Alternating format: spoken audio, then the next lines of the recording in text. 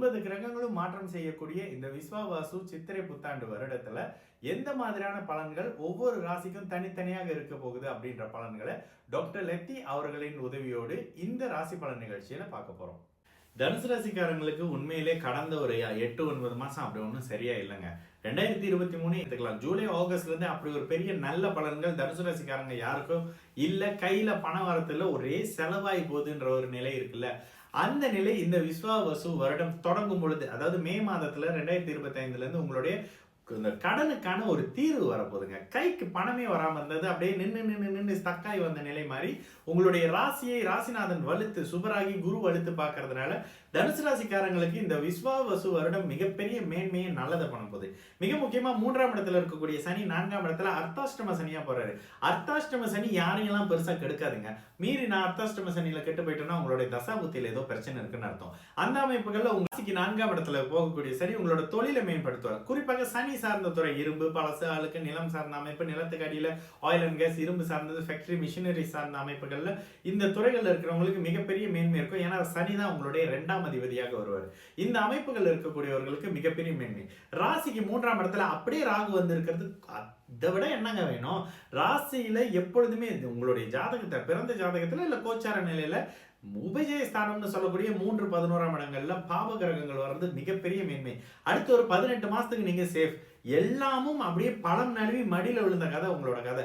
எல்லாம் உங்களுக்கு சாதகமா இருக்கும். எல்லாது வயது, தகுதி, இருப்பிடத்துக்கு ஏற்ற மாதிரி நல்ல தன்மை இருக்கும். கணவன் மனைவி உறவுகள்ல இருந்து வந்த பிரச்சனையில எது உங்களுக்கு தேவை இல்லைங்க, பிரிஞ்சிடலாம் இல்லைங்க, பேசி ஒரு டிஸ்கஸ் பண்ணி ஒரு மாதிரியான நல்ல வாழ்க்கை வாழலாம் அப்படின்ற மாதிரி உங்களுக்கு எது தேவையோ அதற்கேற்ற மாதிரியான விஷயங்கள் கொடுக்கப்படக்கூடிய ஒரு அமைப்பு.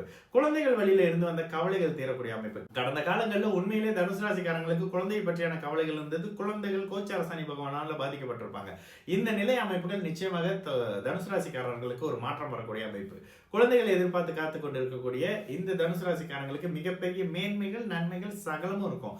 இவ்வளவு நாள் ஒரு மாதிரியான ஒரு வருஷம் ஆரம்பத்துல இருந்தே பாத்தீங்கன்னா செவ்வாய் ஒரு மாதிரியான 7ஆம் இடத்துல 8ஆம் இடத்துல வக்கர நிலை அப்படி இப்படின்ற நிலை மாதிரி இப்ப ஒரு இயல்பான அமைப்புகள் உங்களுடைய ராஜயோகாதிபதினு சொல்லக்கூடிய செவ்வாய் பாக்கியத்துல வந்து அமரக்கூடிய தன்மைன்னு சொல்லி சகலமும் உங்களுக்கு ஃபேவரா இருக்கக்கூடிய அமைப்பு இந்த வருடம் ஏப்ரல், குறிப்பாக மே மாதத்துக்கு பிறகு. ராசியை குரு வாழ்த்துட்டு அப்புறம் என்னங்க, பேரு, புகழ், அந்தஸ்து, கௌரவம், பணம் அத்தனையும் வந்து அப்படியே மடியில விழக்கூடிய அமைப்பு. எங்க போனாலும் உங்களுக்கு மட்டும்தான் மரியாதை கிடைக்கக்கூடிய அமைப்புன்னு சொல்லிட்டு நீங்கள் எதிர்பார்த்த அத்தனையும் உங்களுக்கு வந்து கிடைக்கக்கூடிய அமைப்பு. உங்களை சார்ந்தவர்கள் அத்தனை பேரும் நன்றாக இருக்கக்கூடிய அமைப்புன்னு சொல்லி உங்களை சுற்றி எல்லாமும் சரியா இருக்கக்கூடிய அமைப்பு. கடவுள் உங்களுக்கு மட்டும் பார்த்து குறிபார்த்து ஆசீர்வாதம் வழங்கினா எப்படி இருக்குமோ அந்த தன்மை அடுத்த ஒரு 5 வருஷத்துக்கு இருக்கக்கூடிய நிலைன்னு சொல்லி தனுசு ராசிக்காரங்களுக்கு இவ்வளவு நாள் இருந்து வந்த விரயங்கள், பிரச்சனைகள், அந்த 6ஆம் இடத்துல இருந்த குரு கடன், நோய், வம்பு வழக்க தாங்க அதிகம் பண்ணிட்டு இருந்தாரு. அந்த நிலையை அப்படியே விட்டுட்டு 7ஆம் இடத்துல வந்து உங்களை புத்துணர்ச்சி படுத்தி கஷ்டங்கள், கவலை அனைத்தையும் அப்படியே உங்களை விட்டு நீக்கி மிகப்பெரிய மேன்மையை வயதுக்கு ஏற்ற மாதிரி தருவாரு. இந்த இடத்துலயும் சொல்லிடுவாங்க, நீங்க படிக்கணும், எந்த துறையை எடுத்து படிக்கணும் அப்படின்னு தெரியாம இருந்தேன்னாக்கா இந்த இடத்துல அதற்கான துறையில வருவீங்க.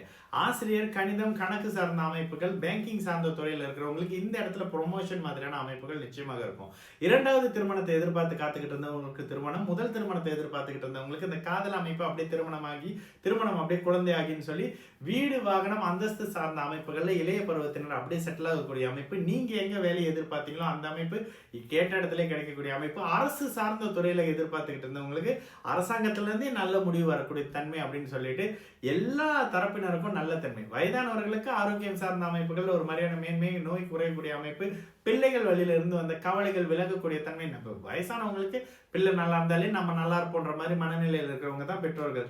உங்களுக்கு பிள்ளைகள் வழியில இருந்து வந்த சங்கடங்கள் அப்படியே தீரக்கூடிய தன்மைன்னு சொல்லி அவரவர் வயதுக்கு என்ன நடந்தா சந்தோஷப்படுவீங்களோ அந்த அமைப்புகள் நல்லது நடந்தே தீர வேண்டிய ஒரு ஆண்டாகவே இந்த விஸ்வாவசு வருடம் நிச்சயமாக சகல தரப்பு தனுசு ராசிக்காரங்களுக்கு நிச்சயமாக இருக்கும்.